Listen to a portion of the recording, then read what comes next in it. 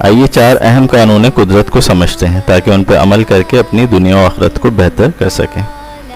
پہلا قانون فطرت، اگر کھیت میں دانہ نہ ڈالا جائے تو قدرت اسے گھاس پھوس اور جھاڑیوں سے بھر دیتی ہے۔ اسی طرح اگر دماغ کو اچھی فکروں سے نہ بھرا جائے تو کج فکری، منفیت اور پراگندہ خیالی اسے اپنا مسکن بنا لیتی ہیں۔ ہمارا دماغ ایک باغ ہے اور ہمارے خیالات بیج کی طرح ہیں۔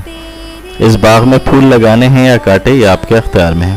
اگر آپ اس باغ کو حسد، نفرت، غصے اور انتقام جیسے جذبات کے کوڑے دان میں تبدیل کر دیتے ہیں تو اس کوڑے دان کا تعفن آپ کی زندگی کو بدبودار اور زہریلا کر دے گا۔ یہ کوڑے دان الٹے سیدھے خیالات اور شیطان کا گھر بن جاتا ہے اور آپ کو دنیا و آخرت میں بے سکون اور ناکام کر دیتا ہے۔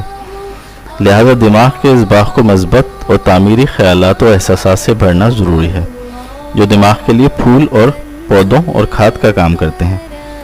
اپنے وقت کو تعمیری اور